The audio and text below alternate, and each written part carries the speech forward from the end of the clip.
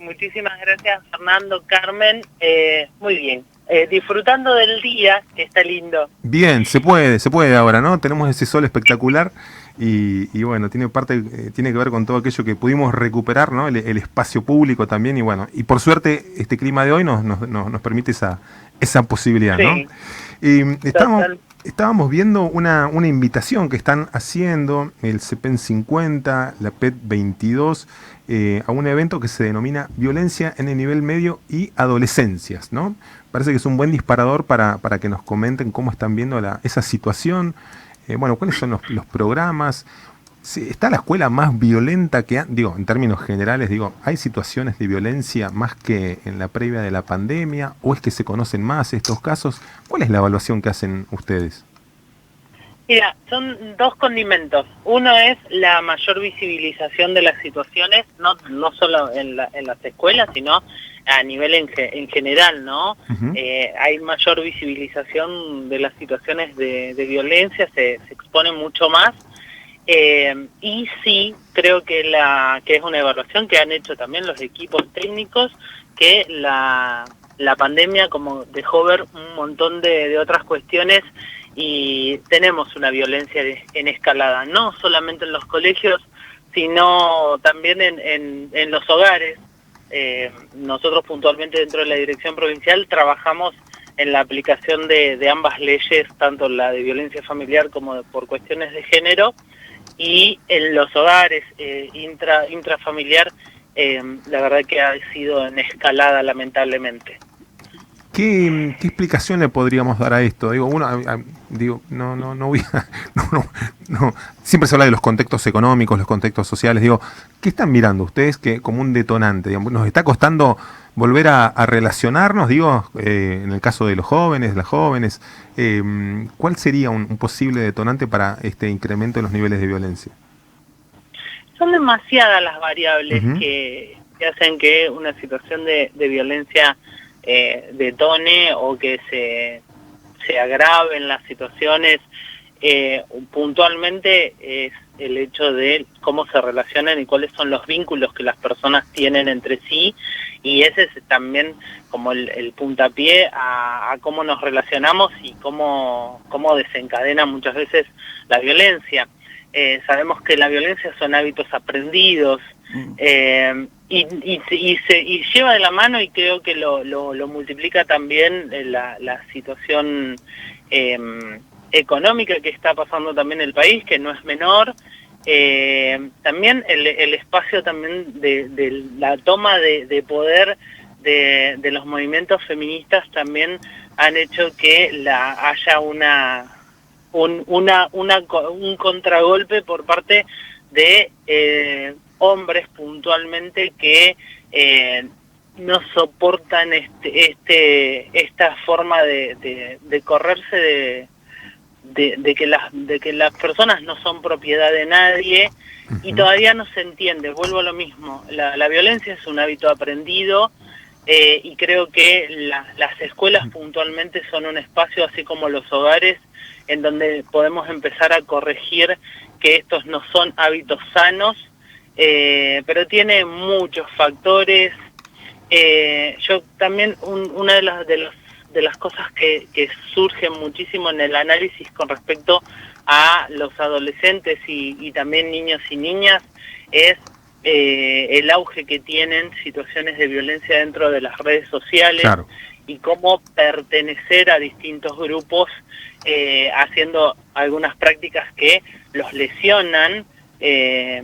Y esto de pertenecer a los grupos por la misma conformación que ellos van teniendo en sus personalidades, y pertenecer, los humanos buscamos constantemente pertenecer a un grupo, y lamentablemente existen también estos grupos en donde para ser parte, un ejemplo, tenés que golpear al nerd de la escuela, Ujú. o lo que pasó el otro día con el hijo de Valeria Massa también, ¿no? Claro. Por ser de una escala social o socioeconómica se merecía los golpes, ¿no? Bueno, lo mismo ocurrió, Yasmina, buenas tardes, con este chico Fernando en Pinamar. ¿Te acordás que lo mataron definitivamente los rugbyers? Ese fue a la inversa, era él de otra clase social y los agresores también.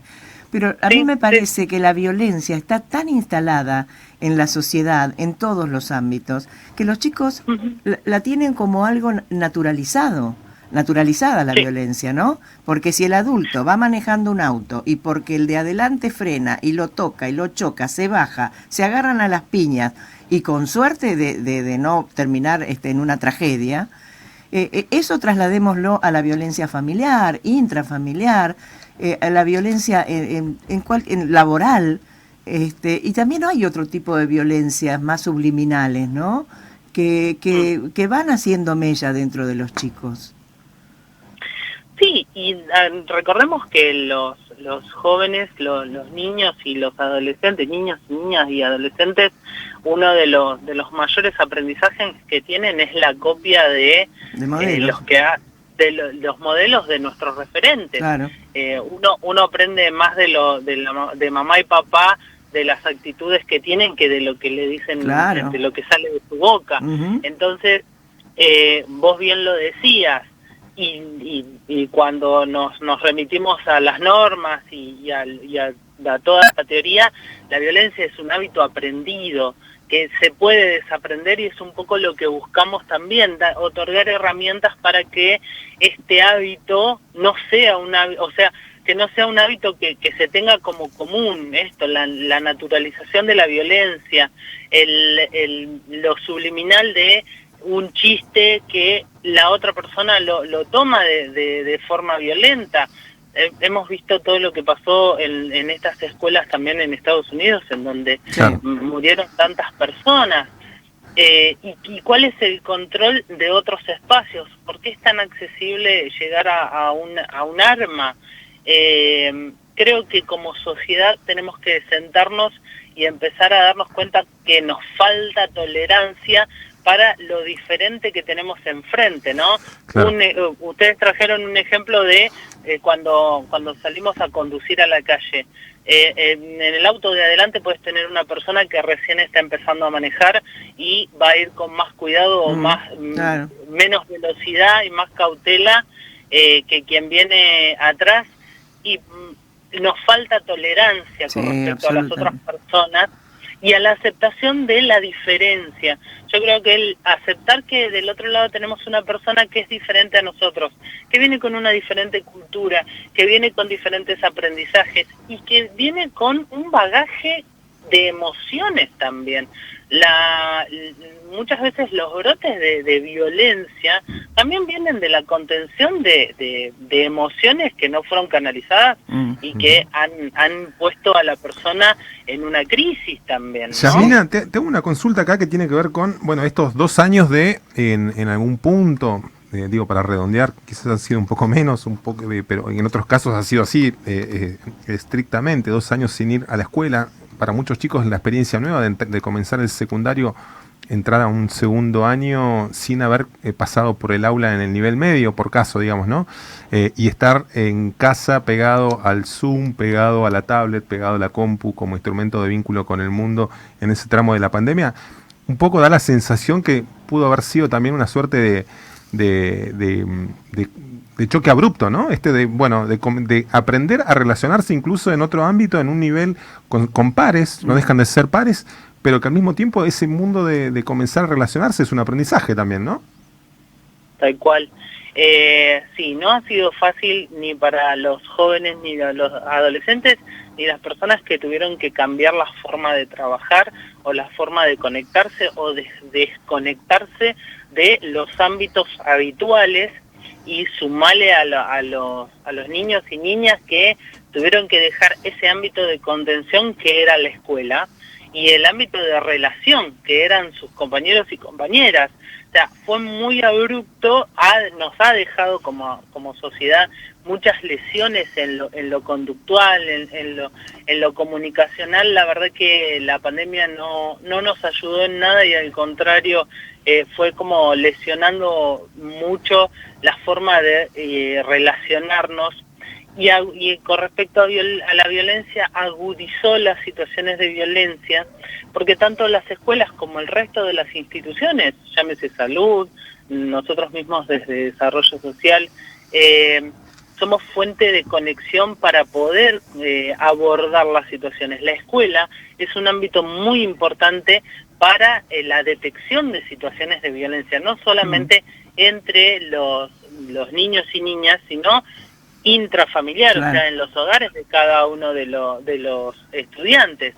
Entonces, sí, la verdad que ha sido un trabajo muy grande que se ha tenido que hacer para poder reconectar y volver a buscar un lugar sano y de contención que son también las escuelas.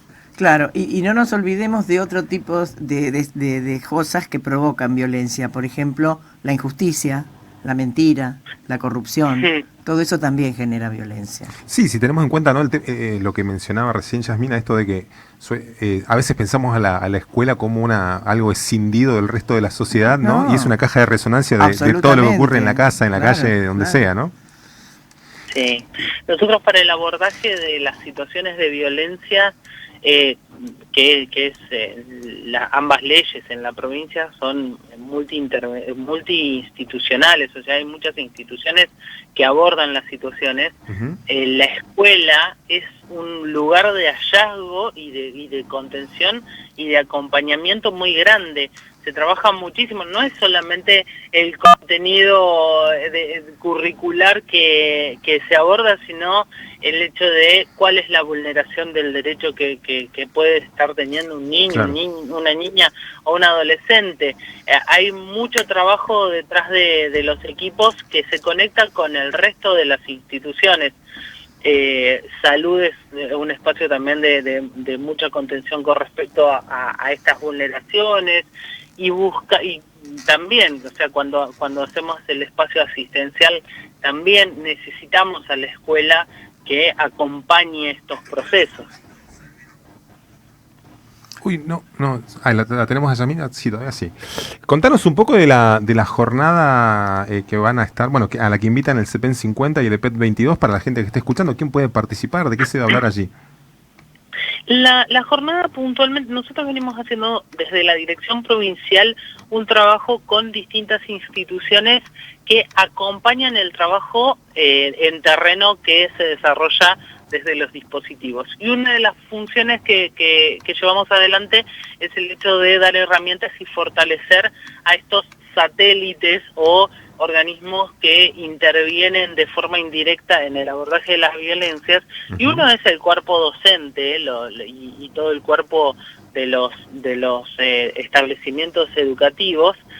Entonces buscamos puntualmente darles herramientas de abordaje, poder darse cuenta cuando están habiendo situaciones de violencia, cómo intervenir, cuál es el camino mucho más rápido para el abordaje en la ruta crítica. O sea, son bastante prácticas las capacitaciones, y buscamos puntualmente esto, dar la asistencia, el fortalecimiento y herramientas para los equipos en la detección de posibles situaciones de violencia. Bien, ¿y quiénes pueden ir? ¿Pueden ir padres también, por ejemplo? ¿Alguien que se pueden sumar, digamos, para tener una noción de qué se trata, o los abordajes también? Fue en este caso lo hemos trabajado puntualmente con los grupos de docentes y no docentes de los establecimientos. Si la demanda existe por parte de los papás y las mamás, seguiremos acompañando. Puntualmente está dirigido para el cuerpo de los establecimientos, que no quita que sigamos trabajando también con los padres y las madres, que es creo uno de los espacios de mayor resonancia al momento de corregir estos hábitos, como les decía hace un rato. El darse cuenta de que están viviendo en un ambiente de violencia. Hay cuando el acompañamiento psicosocial o hasta el terapéutico se lleva antes, o sea, buscamos la prevención, ¿no? Estos son espacios netamente de prevención para no llegar también a la asistencia. Pero el trabajo con los padres y las mamás también puede llegar a ser. Puntualmente ahora buscamos trabajar con el equipo de docentes y no docentes. Bien. Y te agradecemos muchísimo, Yasmina, este contacto. Que tengas muy buena tarde. Por favor, muchísimas gracias a ustedes y un saludo a la audiencia. Gracias, igualmente. Adiós.